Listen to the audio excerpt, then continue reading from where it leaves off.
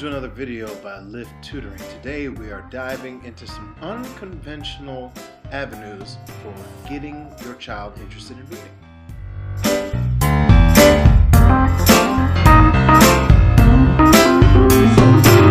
Welcome to another edition of Lift Tutoring, brought to you by Estelle and Gustoff, the children's book by Jeremy White, yours truly. Please go check it out on Amazon, paperback, and Kindle available. So today we're going to be talking about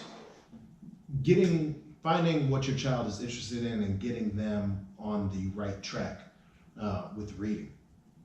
Now, this particular video is going to center around one particular interest of mine, which happens to be video games. I started playing them when I was 3 years old, and I turned out to be an academic. So, you know, for all the other times that you may hear that video games rot your brain, that they aren't any good, I actually would disagree with that strongly. My mother, when I was younger, she knew I was interested in video games, and so therefore she gave me an option. She told me that, you know, if I got straight A's, I could get anything I wanted. If I got good grades, I could get something that I wanted. Birthdays were for video games and things like that. But she made me a deal year-round, and she said, if you get anything, if it has to do with reading, I will buy it for you. You don't have to worry about your allowance money. You don't have to worry about birthdays. You don't have to worry about the holidays. I will buy it for you on the spot. So anything you want to read, I will get for you because it's reading. And as a young 8, 9-year-old, I didn't really like to read books.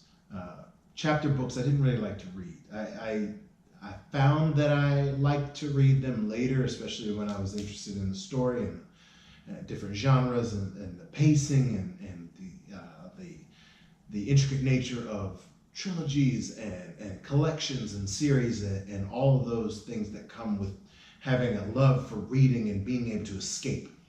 But what I didn't realize when I was younger is that it came in so many other forms that I wasn't necessarily expecting. So I asked my mother, I said, well, I really enjoy playing games and I really like this video game magazine. Can I get a video game magazine subscription? You have to understand one thing. Because my father used to play football, we moved every 6 months about. So during the season, we would live where he was playing, and during the off season, we would live in Tennessee, where we thought we were going to end up settling down after he retired. So not only did she get the subscription, but she would always contact the video game magazine. Shout out to Electronic Gaming Monthly, EGM2, EGM, and they end up turning into something else. I'm not sure if they're still in publication, but I still have all of the magazines that I ever got. I still have them to this day.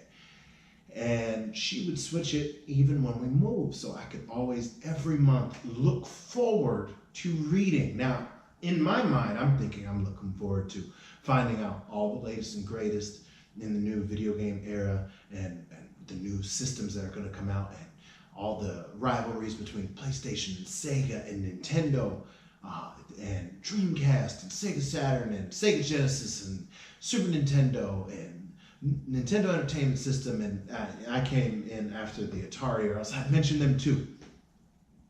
I thought I was getting a deep dive look into the Electronics Entertainment Expo, which just actually is, I think, is still going on right now as of June 13th, and all these other things. And I would devour these magazines. I would read them from front to back. I would look at the reviews. I got exposed to certain journalistic tendencies. I got exposed to opinion writing versus features versus coverages of going out into trade shows. I got to experience all of this at 9 years old because I'm reading these different journalistic styles at the age before I was a teenager.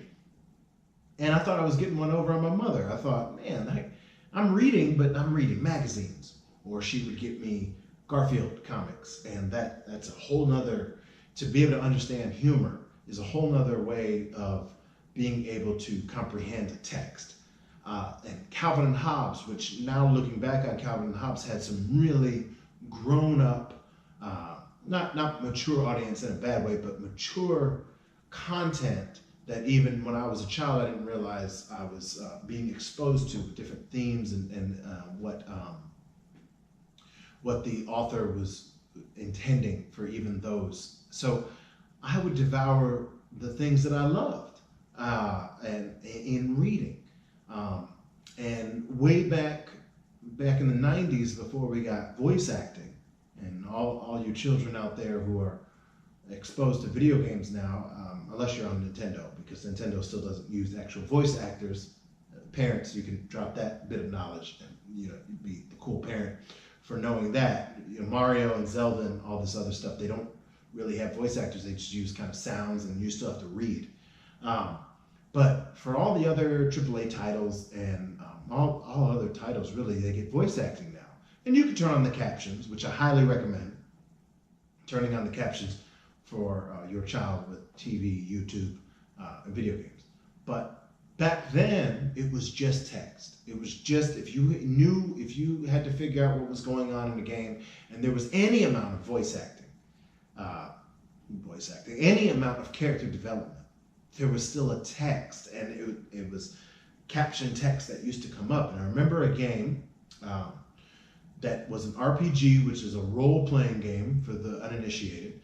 This is a game where you level up, you have to really pay attention and search for different items, and you level your character up, and it's not necessarily points-based. For those of you who are still only in the age of Pac-Man or Centipede, things like that. But you level up your character, and you have to really explore. So you have to talk to different characters. You have to find out where all the hidden treasures are and other things of that nature. And you have to read. And in these games, there was more reading, or just as much reading as I would have in a novel. And even though it's not in a book, a hardback, paperback book form, I still was I had to find out what the characters were, what the problem was, what the solution was, and I was actively involved. You had to find out what the setting was. When they would tell you where you needed to go, you actually had to pay attention to the dynamics of the name of the place. And sometimes they would do foreshadowing, and they'd say, oh, there's something here, but I forgot, and it started with, and they would say, by the lake, or by the river of unknown, or things like that. And you had plots and twists and beginning, middle, end, all these comprehension tools that you need to be able to really dive deep and become a voracious and appreciative and lifelong reader. This was in a video game. So I tell that to parents all the time, and they for lack of knowledge, they just didn't know how to relate, but they were very appreciative that I could be able to tell them such things. So what does that mean for your kids today? What does that mean for the millennial generation? What does it mean for a child growing up in 2018? So I'll relate it to a story. I was teaching a boy who he, for lack of better terms, I knew that he was possibly on the spectrum, and that he could have either high-functioning autistic or Asperger's possibly. Again, I'm a teacher, not a doctor, so I couldn't diagnose it, but I knew he was cut from a different cloth, and he was brilliant.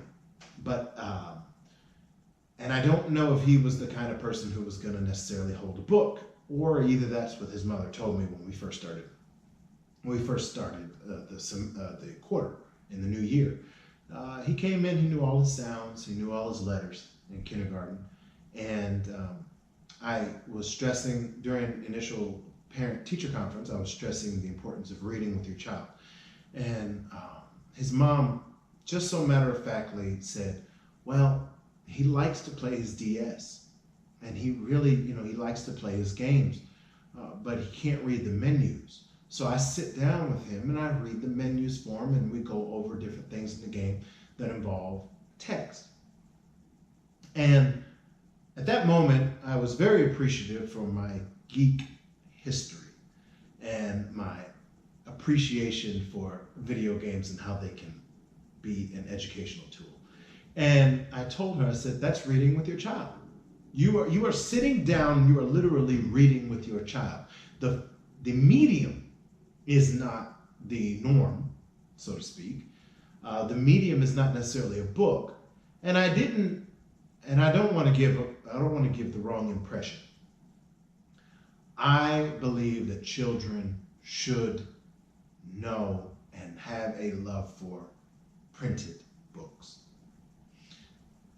But that should not be the only medium of consumption for text. If they are interested in something else, that is not something you should divert them from. So in this way, it wasn't a lot of mindless video game play. There was an intent, there was a purpose. The child wanted to know what the menus said. Being able to navigate through a video game menu is in itself a skill, especially for young children who are not able to read. Because if you can't navigate your way through the menu, you can't navigate your way through the instructionals and the tutorials, you're not going to be able to play the game necessarily the best. If you can read it, you have a better chance of picking up what you need to quickly. And hashtag not sponsored, Nintendo is the best for this because there's a lot of little boxes that you do along the way that you have to check, and they give you hints and tips, and Nintendo's very much more age appropriate than PlayStation or Xbox would be. Hashtag not sponsored. So he was very interested in this, and he ended up finishing a level above where he needed to finish. I appreciate you watching this video for Lift Tutoring. Please continue to develop a love for lifelong learning. We'll see you in the next video.